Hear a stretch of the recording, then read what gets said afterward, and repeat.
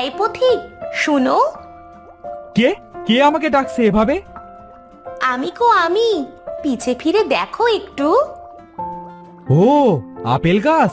কি সুন্দর আপেল গো তোমার গাছে। হ্যাঁ, সুন্দর আপেলটাই শুধু দেখলে। এই দেখো, আমার গায়ে কতগুলা তীর গেঁথে আছে, একটু ছাড়িয়ে দাও না গো।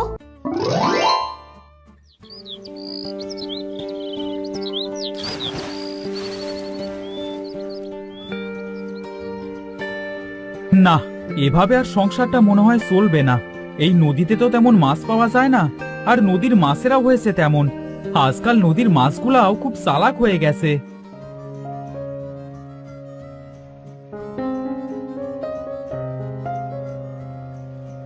আজ বাড়িতে যাই, কাল বরং একবার নদীর মাঝের দিকে যাব, দেখি সেখানে কোনো মাছ পাওয়া যায় নাকি।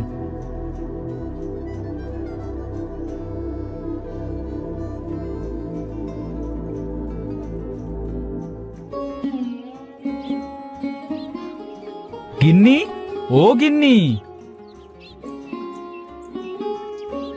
বাড়িতে এসেছো? তা আজ এত দেরি করলে কেন গা? আর বলো না গিন্নি, আজকাল আর নদীতে মাছ পাওয়া যায় না। কিভাবে যে সংসারটা চালাবো কিছু বুঝতে পারছি না।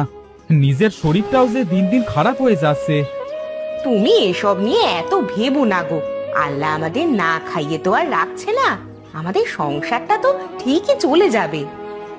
দেখি কাল থেকে মাছ নদীতে যাব, সেখানে কিছু মাছ পাই নাকি।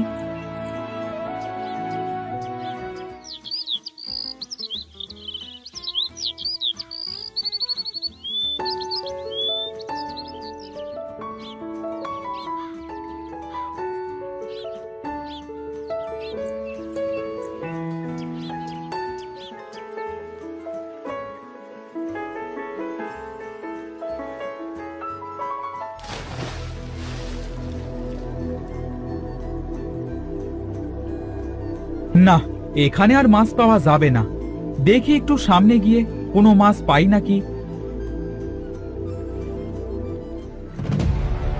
হে, আমি কোথায় চলে যাচ্ছি? বাঁচাও, বাঁচাও! আরে কেউ আমাকে বাঁচাও!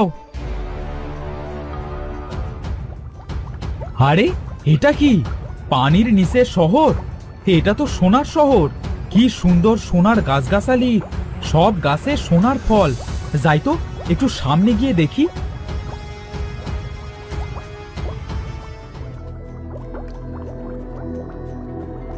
আমাদের এই সোনার শহরে তোমাকে স্বাগতম। ঘোড়া, তুমি মানুষের মতো এত